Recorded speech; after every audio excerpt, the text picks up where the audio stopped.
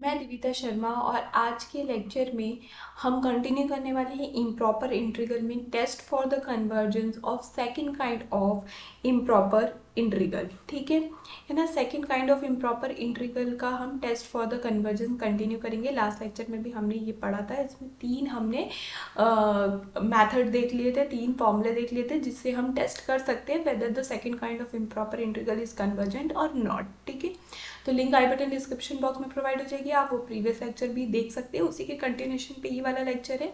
And ये वाले lecture में हम क्या करने वाले हैं, म्यू टेस्ट हमने लास्ट लेक्चर में सीखा था for the second kind of improper integral. तो उसकी हेल्प से हम ये जो बीटा फंक्शन होता है इसको फाइंड करेंगे whether this beta function is convergent और किन कंडीशंस के लिए ये बीटा फंक्शन कन्वर्जेंट होता है। ठीक है, तो सबसे पहले हम लिख लेते हैं बीटा फंक्शन क्या है। 0 से 1 का integral limit x to the power n-1 and bracket में 1 minus x whole to the power n-1 dx। ये आपका बीटा फंक्शन है। आपको चेक करना है इसका कन्वर्जेंस कि ये कन्वर्जेंट है और ये डाइवर्जेंट है। तो कहाँ कन्वर्जेंट है, कहाँ डाइवर्जेंट है, with the help of mu test हम फाइंड आउट करेंगे। तो पहले देख लेते हैं कि ये जो हमारा इंटीग्रल है ये second kind of improper integral है या नहीं है। ठीक है, तो सॉल्यूशन में कुछ ऐसा आएगा। अगर आप यहाँ पे क्या कर लेते हैं कि m को ग्रेटर देन इक्वल टू 1 ले लेते हैं, तो इसका मतलब है कि जो m-1 है, क्योंकि 1 से बड़ा और 1 के बराबर है, तो m-1 कैसा होगा, ग्रेटर देन इक्वल टू क्या हो जाएगा, 0 हो जाएगा। ये पॉजिटिव वैल्यू दे देगा।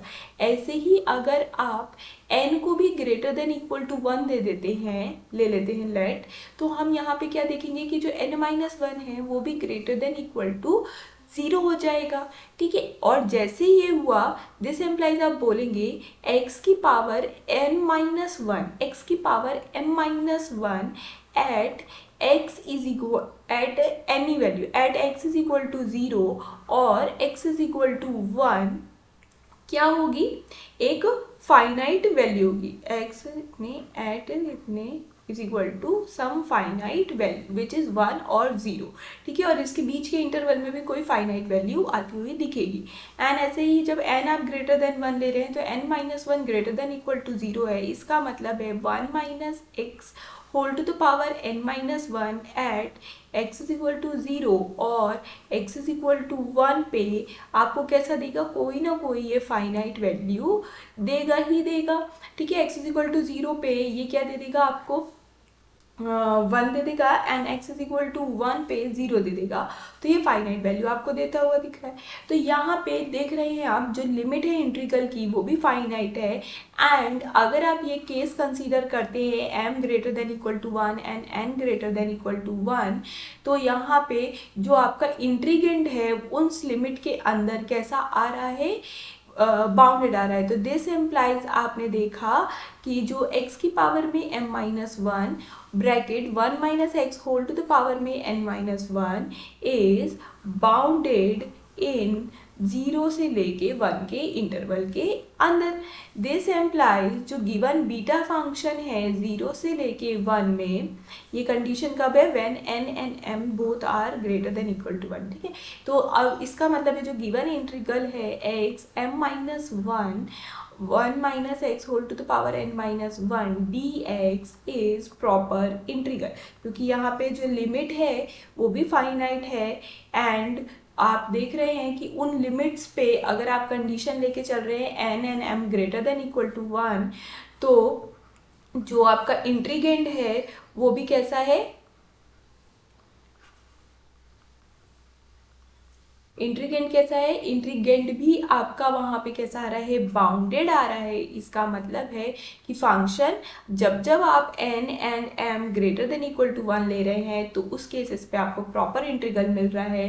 हैंस आप बोल सकते हैं कि व्हेन जब भी n एंड m आप कंसीडर करेंगे greater than equal to 1, beta function is convergent. ठीक है, improper integral are always convergent as it gave the finite value after integration। ठीक है, तो इस पर्टिकुलर केस के लिए हमने फाइंड कर लिया कि बीटा फंक्शन कैसा है, कन्वर्जेंट होता है। अब हम यहाँ पे m greater than equal to 1 and n greater than equal to 1 की कंडीशन ले चुके हैं। अब इफ क्या हो, ये सेकंड केस ले लीजिए, व्हेन जब आपका m भी लेस देन 1 है एंड आपका n भी लेस देन 1 है। ठीक है, ग्रेटर देन 1 पे तो ले लिया, लेस देन 1 पे देखते हैं क्या होता है। ठीक है, तो x to the power m minus 1, अगर m कैसा है आपका लेस देन 1 है, this implies m minus 1 is also less than 0. This implies x to the power m minus 1 at x is equal to 0 tends toward कहाँ पे जाएगा, towards infinity। ठीक है, इन्फिनिटी की तरफ टेंड करने लगेगा, है ना। एंड सिमिलरली जब n लेस देन 1 होगा, this implies n minus 1 is also less than 0। This implies 1 minus x to the power n minus 1 at x is equal to 1 tends toward infinity. ठीक है, ये भी इन्फिनिटी की तरफ move करने लगेगा। दिस एम्प्लाइज आपको यहाँ ये देखने को मिल रहा है कि जो इंट्रीगेंट था x की पावर में m minus 1 minus x to the power में n माइनस 1 इज अनबाउंडेड, मैं शॉर्ट में लिख दिया है, is unbounded at x is equal to 0 and x is equal to 1। दोनों में ही ये कैसा आ रहा है, अनबाउंडेड आ रहा है। तो गिवन बीटा फंक्शन 0 से लेके 1 x to the power m 1 minus x to the power m minus 1 minus x to the power n minus 1 dx को आप स्प्लिट कर सकते हैं इस तरीके से, 0 से लेकर a x to the power m minus 1 minus x whole to the power n minus 1 dx plus यहाँ पे a से लेके 1 x to the power m minus 1 minus x to the power n minus 1 dx। तो ये दो integral में आप इसको स्प्लिट कर सकते हैं एंड करना ही पड़ेगा क्योंकि ये दोनों ही पॉइंट में अनबाउंडेड है। तो ये हमने लास्ट लेक्चर में सीखा था, जब दोनों ही पॉइंट में अनबाउंडेड होता है तो हम ऐसे उसको स्प्लिट करते हैं एंड इंडिविजुअली दोनों का निकालते हैं। अगर दोनों ही कन्वर्जेंट है, दिस एम्प्लाइज जो गिवन इंट्रीगल है वो कन्वर्जेंट है, अगर दोनों में से एक भी डाइवर्जेंट है तो गिवन इंट्रीगल आपका डाइवर्जेंट हो जाएगा। तो हम यहाँ I1 के लिए अभी सॉल्व कर लेते हैं कि I1 कन्वर्जेंट है या नहीं है। ठीक है, तो test for convergent eight I1 कहाँ पे अनबाउंडेड हो रहा है, at x is equal to 0। तो हम x इज इक्वल टू 0 पे चेक कर लेते हैं कि कन्वर्जेंस क्या है। ठीक है, at x is equal to 0। तो यहाँ पे हमारा जो fx है वो क्या है, जो इंट्रीगेंट है वो क्या है, x to the power m minus 1 minus x whole to the power n minus 1। Mu test लगाना चाह रहे हैं हम, तो हमको क्या करना होगा, limit x tending toward 0 x to the power mu into में fx, इसकी लिमिट एग्जिस्ट करती हुई दिखनी चाहिए, ऐसा हमको दिखाना है, which is not equal to 0, ऐसा हमको यहाँ पे दिखाना है। तो हम क्या करेंगे, limit x tending toward 0 x to the power mu into में x to the power m minus 1 minus x whole to the power में n माइनस 1। हमने क्या किया, यहाँ पे जो fx था हमारा उसका वैल्यू हमने यहाँ पे प्लेस कर दिया है। ठीक है, एंड आप इसको लिख सकते हैं, limit x tending toward 0 x to the power mu plus में m minus 1 minus x whole to the power में n माइनस 1। ठीक है, इफ अगर आप ले लेते हैं कि जो म्यू प्लस में m minus 1 is equal to में 0, दिस एम्प्लाइज आपको क्या मिलेगा, x टू द पावर में mu plus m minus 1 is equal to में 1, क्योंकि ये जो पावर है ये क्या होगा, 0, तो x की पावर 0 क्या होता है, 1 होता है, तो आपको ये 1 मिल जाएगा। ठीक है, अगर आपने लिया है x to the mu plus m minus 1 is equal to में 0, इसका मतलब है यहाँ पे म्यू पे केस बनेगा, वो अपन बाद में बनाते हैं। तो यहाँ पे आपको ये मिला कि x to the power this whole is equal to में 1। दिस एम्प्लाइज जब आप यहाँ पे लिमिट अप्लाई करेंगे ये तो 1 हो गया, एंड यहाँ पे 1 माइनस 0, तो 1 माइनस 0 क्या होगा, 1 हो जाएगा, 1 की पावर n माइनस 1 रिमेन्स 1। तो आपको यहाँ पे ये मिल गया which is a finite non zero value. ठीक है, दिस एम्प्लाइज, अब जो म्यू की जैसी वैल्यू होगी उसके हिसाब से हम कन्वर्जेंट एंड डाइवर्जेंट बोलेंगे।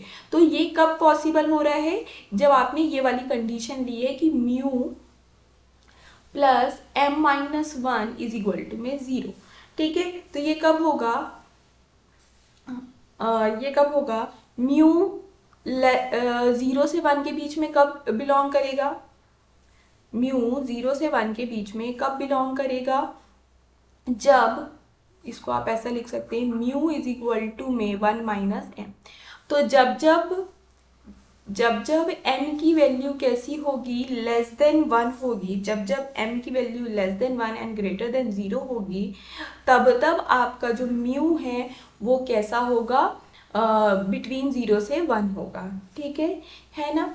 एंड जब और म्यू आपका क्या कहते हैं, ग्रेटर देन इक्वल टू 1 कब होगा, व्हेन, आप यहाँ देखेंगे ग्रेटर देन इक्वल टू 1 होने के लिए जो m है वो स्ट्रिक्टली लेस देन कैसा होना चाहिए, is strictly less than equal to 0। ठीक है, strictly less than equal to, अगर आपका m आपका कैसा हो जाता है, 0 से छोटा हो जाता है, तो म्यू की वैल्यू क्या आने लगेगी, स्ट्रिक्टली ग्रेटर देन 1 आने लगेगी। ठीक है, तो इसका मतलब है जो I1 है इज कन्वर्जेंट व्हेन 0 से 1 के बीच में है आपका m, and I1 is divergent जब आपका जो m है वो स्ट्रिक्टली लेस देन 0 है। ठीक है, क्यों, क्योंकि उसके अकॉर्डिंगली म्यू की वैल्यू आ रही है, एंड यहाँ पे म्यू टेस्ट के अकॉर्डिंग जब भी म्यू 0 से 1 के बीच में होता है दैट मीन्स कन्वर्जेंट है आपका इंट्रीगल, एंड अगर म्यू आपका ग्रेटर देन इक्वल टू 1 होता है तो वहाँ पे डाइवर्जेंट होता है आपका गिवन इंट्रीगल। तो ये I1 के लिए हो गया। I2 के लिए देख लेते हैं कैसे हम प्रोसीड करेंगे। I2, test for convergence at x is equal to में 1। तो कहाँ पे अनबाउंडेड हो रहा था, I2 x is equal to 1 पे, तो वहीं पे इसको टेस्ट कर लेते हैं हम। तो यहाँ पे म्यू टेस्ट लगाएंगे हम, तो limit x tending towards 1 minus 0 आएगा यहाँ पे। ठीक है, 1 minus x to the power mu आएगा, a माइनस एक्स की पावर में म्यू होता है, तो a क्या है यहाँ पे आपका 1 है, तो इस कारण से ये आ गया। एंड यहाँ fx आएगा, this is equal to limit, आप लिख सकते हैं x टेंडिंग टूवर्ड्स 1 माइनस 0, तो आप यहाँ लिख सकते हैं एप्सिलॉन टेंडिंग टूवर्ड्स 0। ठीक है, ये अपन बाद में लिखते हैं क्योंकि हम x के टर्म्स में यहाँ लिख रहे हैं। तो अभी तो ये लिखिए x टेंडिंग टूवर्ड्स 1 माइनस 0, तो आपको यहाँ मिलेगा x to the power m minus 1, ठीक है, इंटू में 1 minus x to the power mu, और जो fx का था, fx के लिए क्या था, 1 minus x to the power n minus 1, ये पूरा आपको इस तरीके से मिलेगा। ठीक है, फिर आप यहाँ लिमिट लगाइए x टेंडिंग टूवर्ड्स 1 माइनस 0, आपको मिलेगा x की पावर में m माइनस 1 माइनस एक्स की पावर में म्यू प्लस में n माइनस 1। ठीक है, अब आप क्या करिए, इस पे एप्सिलॉन से इसको रिप्लेस करने की कोशिश कीजिए। तो क्या है, क्यों रिप्लेस कर रहे हैं, क्योंकि ये x ऐसा लिखा है ना, tending toward 1 minus 0, this implies mu epsilon tending toward 0, and आपका जो x है इज इक्वल टू में 1 माइनस एप्सिलॉन। ठीक है, ये केस हम लगा रहे हैं, तो यहाँ आ जाएगा epsilon tending toward 0, x is equal to में 1 माइनस एप्सिलॉन है, तो 1 माइनस एप्सिलॉन की पावर में m माइनस 1, यहाँ पे x की जगह पे 1 माइनस एप्सिलॉन पुट करेंगे तो एप्सिलॉन 1 कैंसिल हो जाएगा, तो आपको मिलेगा एप्सिलॉन की पावर म्यू प्लस में n माइनस में 1। ठीक है, इस तरीके से आपको ये चीज़ मिल जाएगी। अगेन यहाँ पे इफ़ आप कंसीडर करते हैं कि जो म्यू प्लस में n माइनस 1 है इज इक्वल टू 0 है, दिस एम्प्लाइज जो म्यू है आपका वो n माइनस 1 है, तो इस पर्टिकुलर केस में क्या होगा, जब आप लिमिट अप्लाई करेंगे एप्सिलॉन टेंडिंग टूवर्ड 0 की, एप्सिलॉन टेंडिंग टूवर्ड 0 की, तो क्या होगा, ये वाला जो होगा ये तो 1 दे देगा आपको, एंड ये वाला जो है बिकॉज हमने ये चीज़ कंसीडर की है तो ये क्या हो जाएगा, होल 1 हो जाएगा, तो आपको कुल मिला के 1 मिलेगा which is again a finite value. अब depending on the value of mu हम डिसाइड करेंगे कन्वर्जेंट है या डाइवर्जेंट है। तो हमने क्या लिया हुआ है यहाँ पे, म्यू इज इक्वल टू में 1 माइनस एन हमने लिया हुआ है, ठीक है।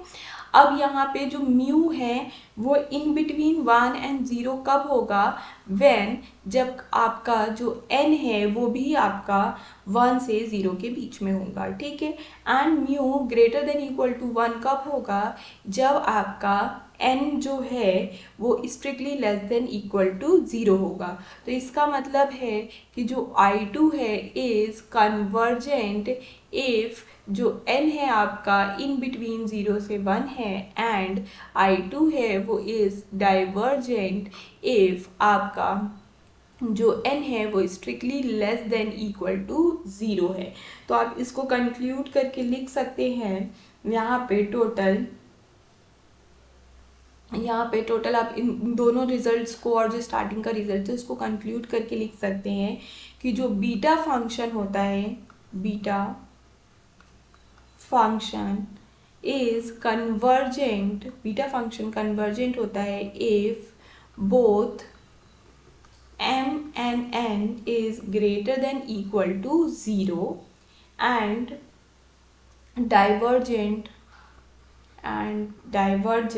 if जो m है वो कैसा है आपका लेस देन इक्वल टू 0 आ रहा है, तो ठीक है। तो ये हमने पूरा बेसिक कंक्लूड कर दिया जो अभी तक हमने किया था, ठीक है। तो यहाँ पे वो आपको ये समझ में आया होगा। ऐसे आप गामा फंक्शन का भी कर सकते हैं, ऐसे डिफरेंट फंक्शंस के लिए भी आप ये चीज़ प्रोसेस कर सकते हैं। अब हम देख लेते हैं अबेल टेस्ट क्या होता है, ठीक है। जो हमने फर्स्ट काइंड ऑफ इंटीग्रल के लिए अबेल टेस्ट देखा था वो ही सेम अबेल टेस्ट यहाँ पे भी अप्लाई होता है। यहाँ पे कोई भी चेंज नहीं है, म्यू की कंडीशन में चेंज मिलेगा आपको, एंड कंपैरिजन टेस्ट भी सेम होता है। म्यू की कंडीशन में बस आपको चेंज मिलेगा, बट अबेल टेस्ट आपको कोई भी चेंज नहीं मिलेगा फर्स्ट काइंड और सेकंड काइंड में। तो यहाँ पे हम इसकी स्टेटमेंट लिख लेते हैं। इफ़ अगर आपको क्वेश्चन में दिया हुआ है ए से लेके बी में f x phi x product, ये हमेशा प्रोडक्ट ऑफ टू फंक्शन के इंटीग्रल पे बात करता है, एंड आपको यहाँ पे कुछ इस तरीके से है कि ये कैसा है, second kind of improper integral बन रहा है, ठीक है। ये second kind of improper integral बनता हुआ दिख रहा है आपको इस तरीके से, and product of two function. तो सबसे पहले आप क्या करेंगे, यहाँ पे ए से लेके बी पे जो एफ एक्स है, कोई भी एक फंक्शन के लिए जो इंटीग्रल है ए से लेके बी में एफ एक्स, वो आप फाइंड आउट कर लीजिए कि वो कन्वर्जेंट होना चाहिए, ठीक है। एंड दूसरी कंडीशन है, जो दूसरा फंक्शन है फाई ऑफ एक्स, वो आपका कैसा होना चाहिए, बाउंडेड होना चाहिए एंड मोनोटोनिक होना चाहिए इन पूरे इंटरवल ए से बी के बीच में। अगर ये दोनों कंडीशन एक साथ मीट कर जाती है तो जो गिवन इंटीग्रल है ए से लेके बी में f x phi x d x, वो क्या हो जाएगा आपका, इज कन्वर्जेंट, ठीक है। तो ये है, डाइवर्जेंट के लिए कुछ नहीं बोलता है ये। अगर ये दोनों कंडीशन मीट होती है तो कन्वर्जेंट बोल देंगे, अगर दोनों कंडीशन मीट नहीं होती है तो अबेल टेस्ट फेल हो जाएगा एंड आपको यहाँ पे दूसरा टेस्ट लगाना पड़ेगा, ठीक है। एंड देन फिर इसके बाद आ जाते हैं एक डिरिचलेट टेस्ट होता है। ये भी जो हमने फर्स्ट काइंड ऑफ इंटीग्रल में देखा था सेम वही डिरिचलेट टेस्ट यहाँ पे भी लगेगा। ये भी प्रोडक्ट ऑफ टू इंटीग्रल पे ही लगता है। तो अगर आपको यहाँ पे दिया हुआ है ए से लेके बी पे f x phi x d x, ये आपका क्वेश्चन है, देन आपको क्या करना है, again product of a two integral है तो आपको इसमें पहली कंडीशन चेक करनी है कि ए प्लस एप्सिलॉन से बी के बीच में एफ एक्स डी एक्स आपका कैसा होना चाहिए, बाउंडेड होना चाहिए। एंड आपको दूसरी कंडीशन यहाँ चेक करनी है, जो फाई ऑफ एक्स है, जो दूसरा फंक्शन है, वो भी बाउंडेड होना चाहिए एंड मोनोटोनिक होना चाहिए, इन ए से लेके बी के बीच में, and also phi of x tending towards 0 when x approaches toward a। तो जैसे a की तरफ जाएंगे तो ये वहाँ साइड मूव करना चाहिए। यहाँ पे व्हाट इज a पे जो एफ एक्स फाई एक्स है is unbounded at x is equal to में a में, ऐसा हमने कंसीडर किया है और उस पर ये टेस्ट लगाया हुआ है। तो अगर ये दोनों कंडीशन मीट कर जाती है, दिस एम्प्लाइज जो गिवन इंटीग्रल है आपका a से b के बीच में f(x, phi(x, dx), ये आपका कैसा हो जाएगा, इज कन्वर्जेंट। अगर ये दोनों कंडीशन मीट नहीं करती है then again the test fail and you have to apply some another test to check the convergence of the function. ठीक है, अब यहाँ पे एक और वर्ड आता है एब्सोल्यूट कन्वर्जेंट। तो ये एब्सोल्यूट कन्वर्जेंट का भी मीनिंग यहाँ पे बिल्कुल सेम है जो आपने first kind of improper integral में देखा था।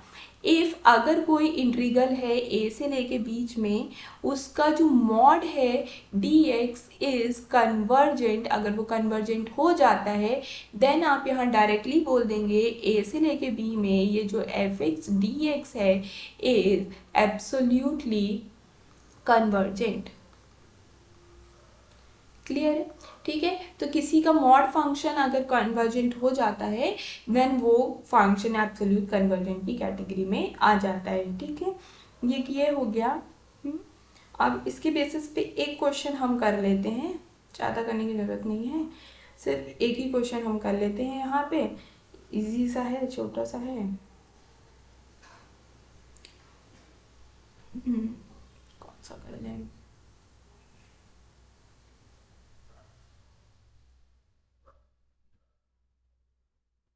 चलिए तो ये वाला क्वेश्चन कर लेते हैं जल्दी से।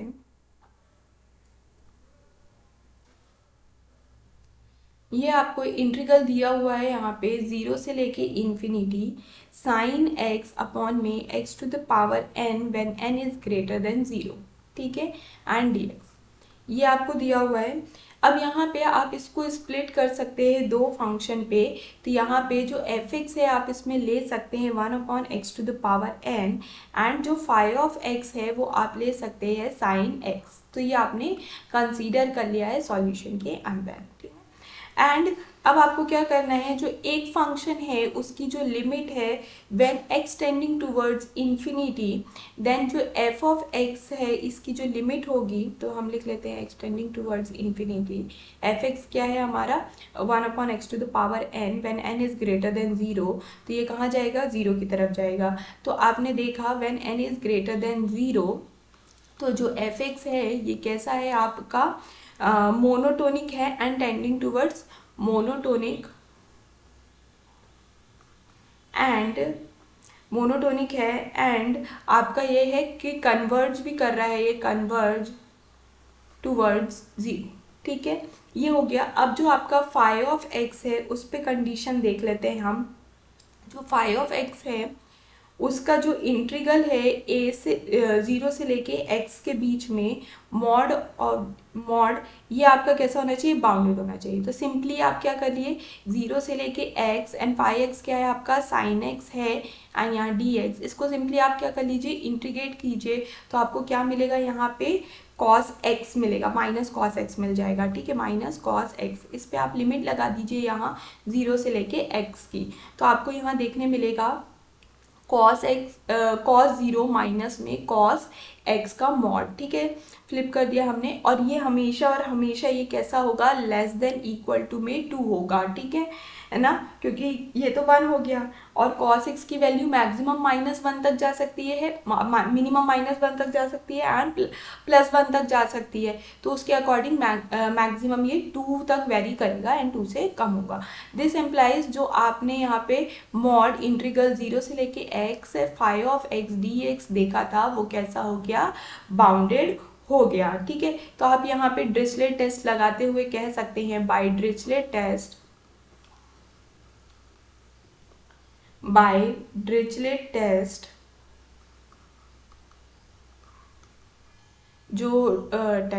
जो गिवन फंक्शन था आपका a से लेके b 0 से लेके इन्फिनिटी। ठीक है, तो जो गिवन फंक्शन था आपका 0 से लेके इन्फिनिटी के बीच में sin x अपॉन में x to the power n dx when n greater than 0 is convergent by Dirichlet test. तो इस तरीके से आप ये टेस्ट लगा के चेक कर सकते हैं। एंड होप अगर आपको ये लेक्चर समझ में आया है तो प्लीज़ चैनल को सब्सक्राइब कीजिए, लाइक कीजिए, वीडियो को अपने फ्रेंड्स के साथ ज़रूर शेयर कीजिए ताकि उनकी भी हेल्प हो सके। Thank you for watching.